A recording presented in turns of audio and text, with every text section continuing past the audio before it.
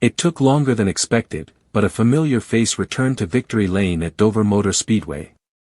Denny Hamlin, piloting the number 11 Joe Gibbs Racing Toyota, outdueled teammate Chase Briscoe on older tires in overtime to win the NASCAR Cup Series race for the second straight year and third time in his career.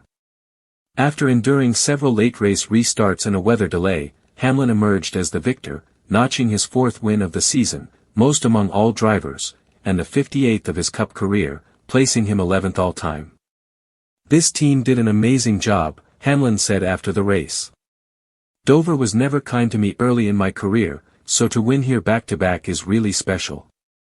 The race was full of twists. Rain delayed the final stretch of Stage 3, with the red flag coming out on lap 386 after Ross Chastain hit the wall. The delay lasted nearly an hour while crews worked to dry the concrete surface. When the action resumed, most of the field pitted for fresh tires. However, Hamlin and the top 7 drivers opted to stay out, banking on track position over grip. That decision ultimately paid off, though it made for a tense overtime finish. Briscoe, who started on the front row and led early, had fresher tires and surged through the field after restarting outside the top 10. He eventually passed Kyle Larson to set up a showdown with Hamlin. On the overtime restart, Briscoe pulled alongside Hamlin and nearly cleared him exiting turn 2 but couldn't complete the pass. "I thought I had him," Briscoe said. "If the back of that Camry was just a few inches shorter, maybe I would have gotten by."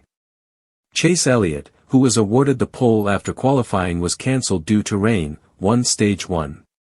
Christopher Bell took Stage 2 after a round of pit stops gave him clean air. Both drivers were contenders until Bell spun late in Stage 3 after contact with Elliott, setting off a chain reaction that collected William Byron and Noah Gragson. The race also marked a critical juncture in NASCAR's in-season challenge. Ty Gibbs advanced to the final round by beating Tyler Reddick, while Dillon continued his Cinderella run, edging John Hunter Nemechek by a single position. The $1 million showdown between Gibbs and Dillon will unfold next week in Indianapolis. But at Dover, it was all about Hamlin. Weather, cautions, and chaos couldn't keep him from conquering the Monster Mile once again.